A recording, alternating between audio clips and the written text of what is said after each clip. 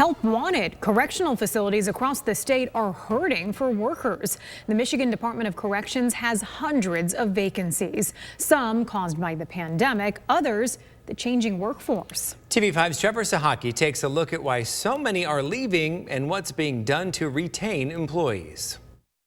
The Michigan Department of Corrections is not immune to staff shortages.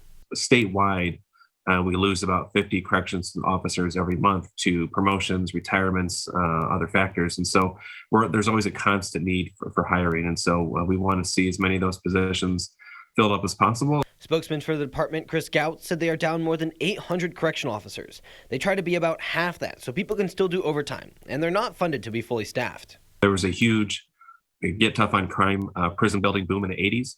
And there were a lot of prisons built, a lot of people sent to prison, and a lot of people that we hired to work in those prisons.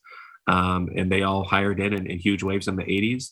And they stayed with us for 30, 40 years. And now they're retiring in roughly that same wave. The department wants to hire about 200 officers every quarter, as well as nurses and food service workers. We were losing about 100 employees per day statewide testing positive for COVID. And there was probably a 2 or 3 week stretch when it was at its peak, when that was really impacting staff, even at facilities that had a 2 or 3 or 4% vacancy rate for officers. But Gouts assured the prisons are secure. We are obligated to have enough staff to cover each of our positions. Each position in the prison has a number that has to be assigned to that for every shift.